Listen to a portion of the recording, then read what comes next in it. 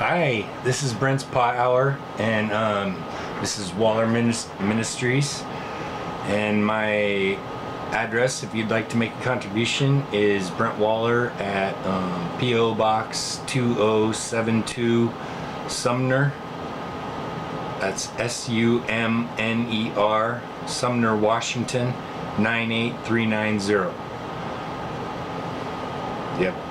Okay, well, I just wanted to, this is the beer that I had last night, and I noticed something. This is like a special report, because I wanted to say something, because a lot of people my whole life, a lot of people my whole life have called me an alcoholic. And so, I mean, this is just something, and I was just watching Alan Watts. He's like a philosopher. I think he lives over in Pennsylvania or New York or something, but he was showing how the people around us, or the environment around us, or whatever, makes us into who we are.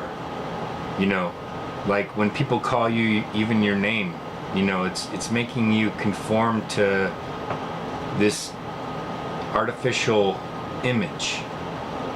It's what the Buddha was trying to point out, that you're not what I've been trying to point out,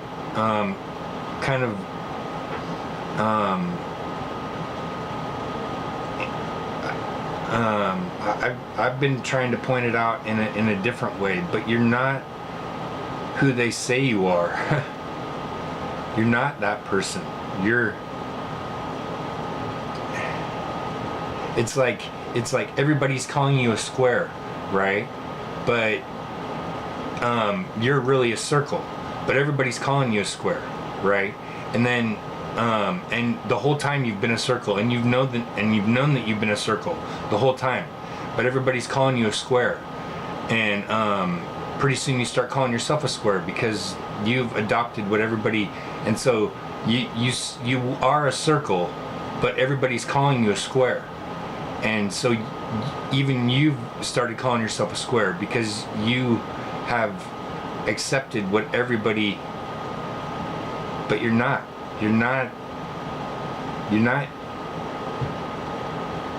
unless you really know. I mean, that's why people used to go out like on, well, like sabbaticals and stuff like that, you know, or just going out and finding out who you are, you know.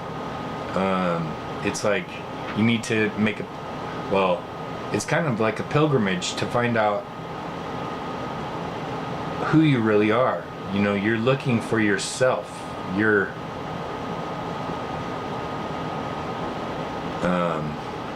And I mean, it's like all of this stuff, my coffee, and I mean, this is how much beer I had. I had like one drink left of beer, but I mean, I took one drink, and this is all I had left. I mean, I had like 2 drinks of beer left.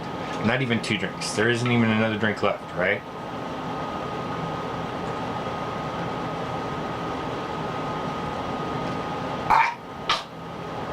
I just hate that last drink. That last drink of beer always makes me, but it's empty. And I noticed with the first drink that it sets my ears off. I mean, it's like my radar goes up as soon as I taste alcohol or whatever. It's like my radar goes up, and it's like my ears just get hot or whatever. I don't know about alcoholics and stuff like that. Like, I don't feel like I need to drink right now. I mean,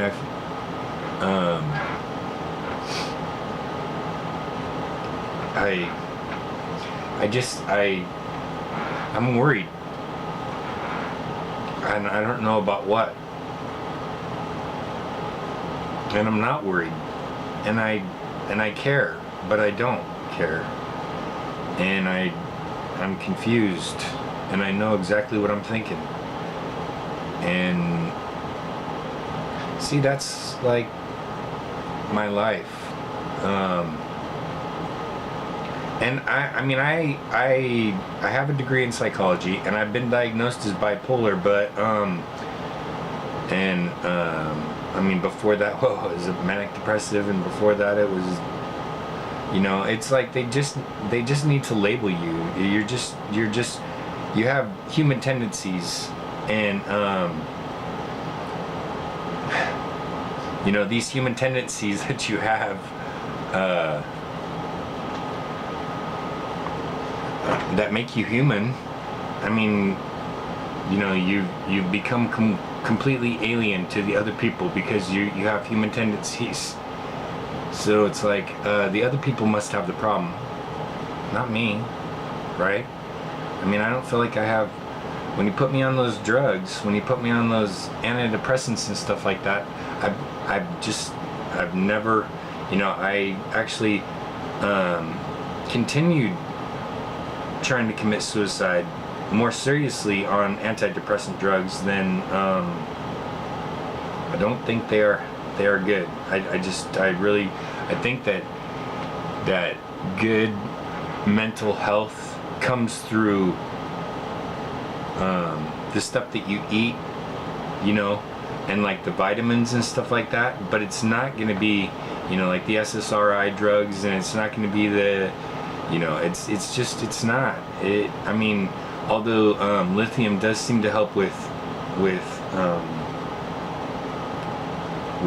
schizophrenia and stuff like that.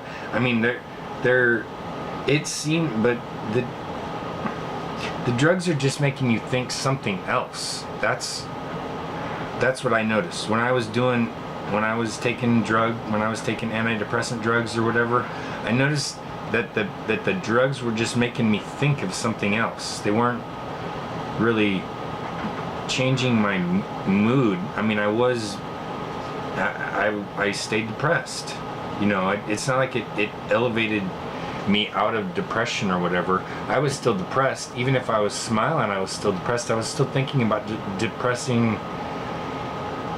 I mean, I still am right now, but I'm a lot healthier, and I'm not taking the depression onto myself. You know, I wouldn't mind dying, but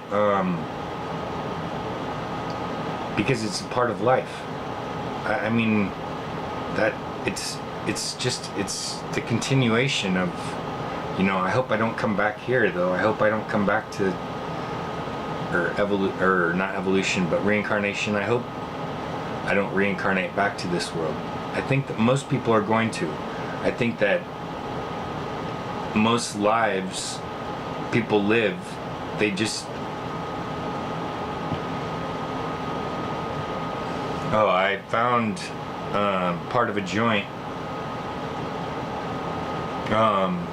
And this is Brent's Pot Hour. I found part of a joint in this container. It wasn't the greatest one, and the girl told me that, but I mean, it's still pretty good. As that's the label. I don't really know exactly what it's called. It looks like it's Machine Gun. Oh yeah, this is Machine Gun. It had Keef. It had Keef on the outside. I mean, I specially asked for it, but I mean, she said it was, you know, it is like the UW bud. The UW bud in these white containers from Blue Roots. UW bud. You see the UW?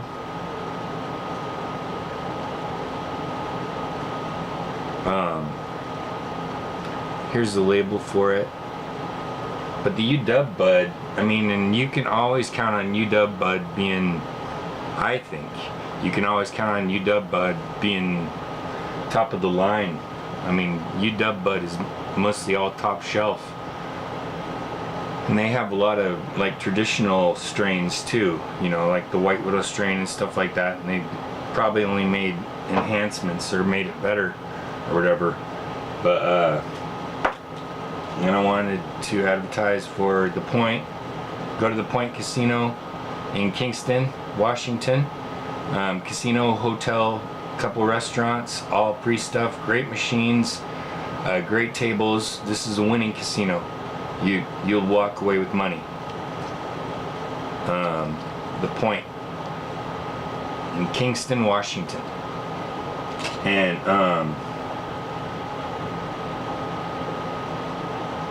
I have coffee with my creamer and other stuff, and I have this pot, and I finished drinking. And hopefully 2018 is the year they legalize drugs, because it's like 2.5 years left.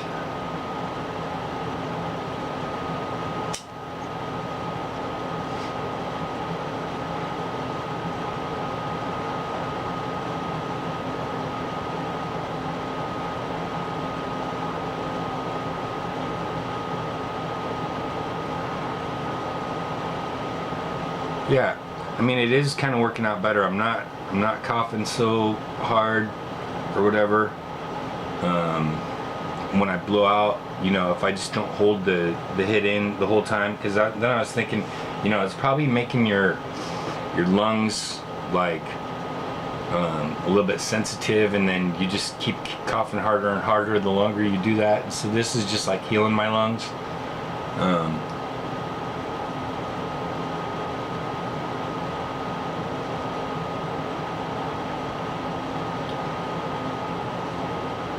You know, because I mean, everything I've ever read says that in 5 seconds you're getting the max hit. I mean, even like when I was in college and stuff like that, the stuff I was reading was saying that, I mean, your lungs are only going to absorb for 5 seconds or whatever. I mean, the max.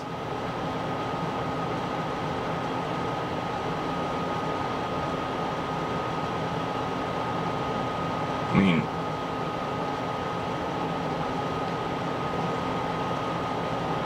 you'll probably get more THC if you hold it longer than 5 seconds, but it's also irritating your lungs, and so you're gonna cough a lot.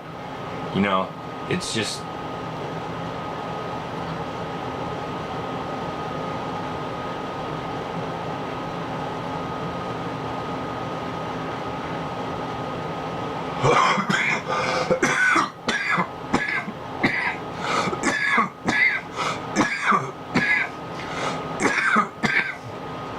it is just a morable, or it's just a more enjoyable pot experience, not holding it in and irritating, you know, because you don't want to irritate the alveoli, the little hairs in your lungs and stuff like that. I mean, because that's what we're trying to make healthy again, you know, and coughing is putting a little bit of stress onto. So the less stress that you want to put on your lungs, the healthier you want your lungs, you know, and you want to smoke pot. I mean, coughing, and initially you're coughing because you're having to get all that stuff that's embedded in your lungs out. You want to get, you know, you want to keep your system clean, as clean as possible, because it's basically the things that sit inside you that will give you the problems later in life. Right? I mean, when you just let radioactive embers sit inside your lungs and burn holes, you know, they're so microscopically small. You think, well, you know, it doesn't really matter. Even if you have 1 million radioactive particles in your lungs burning holes, tiny, you can't even see them unless you're looking in a microscope. But you're getting all of these things burning holes, you know, and they burn forever. They'll burn as long as you're alive. You know, 50 years from now, they'll still be burning, those embers. And somebody else can breathe them in after you die. If you say you get cremated after you die, you know, those embers get put back into the atmosphere, and the guy that's running the cremation machine or the ovens or whatever, he breathes that radioactive particle in, right? Now the cancer that killed you is embedded in somebody else. You see? That's what. And so you want to get those radioactive I realize when you cough those radioactive embers out, somebody else can pick them up, or you can pick them up again, right? But you need to get them out before they start causing serious damage, you know, because once you get them out, if you did breathe it back in again, it wouldn't go to the same place and it would start a new hole. But hopefully you'll cough it out before it really starts a new hole. You see, your body is constantly fixing itself. Your body will constantly fix itself. But if you leave the sickness inside yourself, then it'll either potentially kill you, or I mean, it'll lead to a life of suffering and pain and everything like that. You just weird.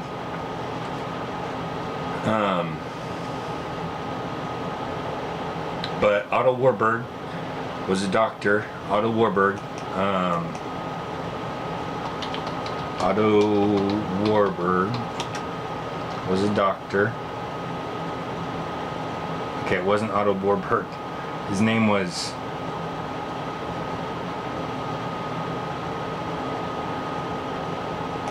Oh, it was not Otto. It's Otto Warburg with an O-T-T-O, not an A-U-T-O. Otto Warburg. Okay. Otto Warburg, son of physicist Emil Warburg, was a German physiologist, medical doctor, and Nobel laureate. He served as an officer in the elite Ulan during the First World War and was awarded the Iron Cross for bravery. Born October 8th, 1883 in Germany, and he died August 1st, 1970 in Berlin, Germany. He went to Heidelberg University, Humboldt University of Berlin. He was awarded the Nobel Prize in Physiology or Medicine.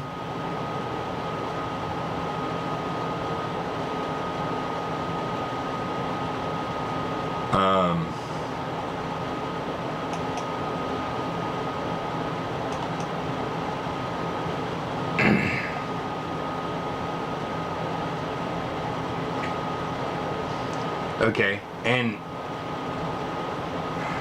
well,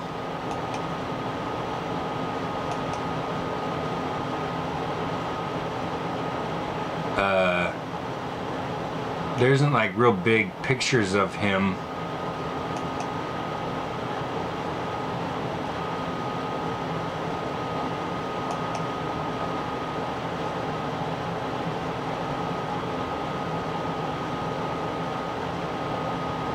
Maybe this one. Yeah. Here's a picture of him. I'll show you. This is the guy who discovered cancer and wrote a book about it. He wrote a book about, he discovered cancer and he cured it. And he said that cancer cannot exist in an alkaline environment. Here's a picture of him. Dr. Warburg.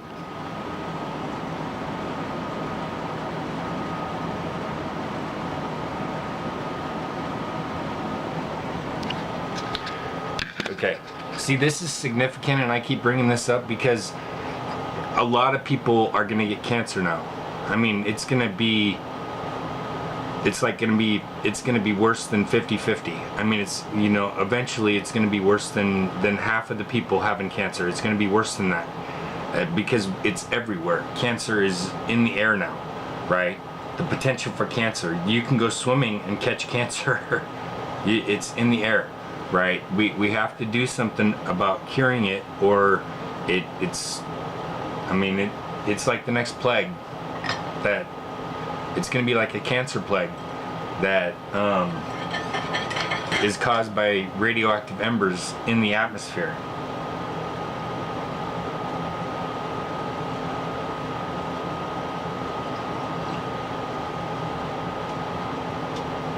So if we can cure cancer, or at least fight it, right? I mean, if we don't do anything, you know, and we just give up, I mean, it's already won. But I'm showing you that this guy, Otto Heinrich Warburg, he discovered cancer and he created a cure for it. He said, because cancer is acidic, and acidic elements can't remain in an alkaline environment. So if you make your environment alkaline, if you make inside your body alkaline, cancer can exist inside you. You see? That makes sense, right?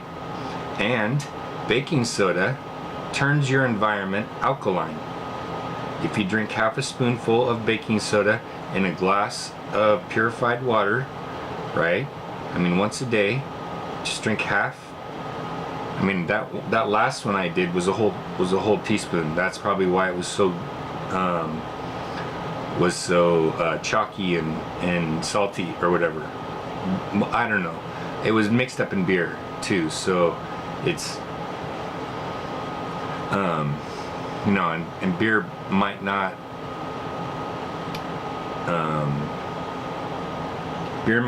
dilute stuff as well as water. So I mean, that's why it was so. And I mean, I did a whole teaspoon. That was yesterday.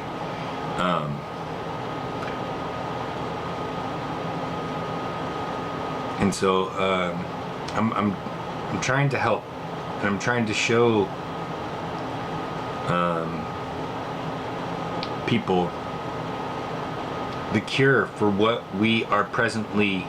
I realize everybody can show you, you know, Dana Durnford can tell you exactly what happened, and I mean, he can probably tell you what the levels of radiation, you know, and Kevin Blanch and those people and Lisa Haven, they can all tell you what the levels are here, but they're 744.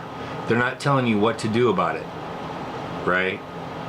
And I'm trying to tell you, I agree with them about what happened, but this is what we have to do about it now. We have, or I mean, and it's not just that. And if we want to get rid of the radiation, we need to start planting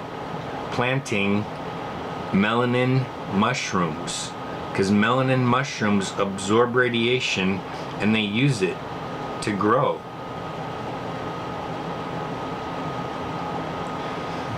And melanin mushrooms actually, I think, breathe oxygen also. They don't breathe carbon dioxide.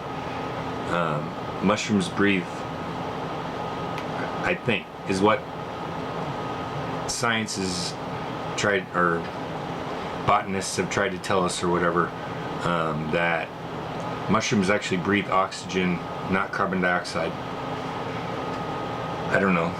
I don't know what's true anymore. I don't know what I can and can't trust anymore about anything, except through my own experiences or whatever like that. I'm mostly trying to rely on my own experience for most of my own knowledge now, because it seems like it's really difficult to find people that I feel like I can trust. Because everybody lies. I mean, everybody, and everybody's paid off, and everybody's commercialized, and everybody bows to the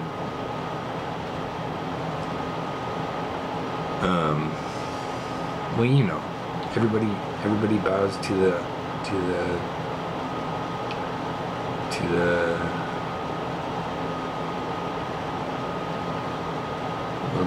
establishment, to the elites. And see, Warburg is one of the 13 Illuminati blood names, I think. That's why I was looking when I first said his name, Otto Warburg. You know, I kind of looked at the camera all weird. I'm pretty sure Warburg is one of the 13 Illuminati bloodlines. That's why it completely fucks me up. Warburg.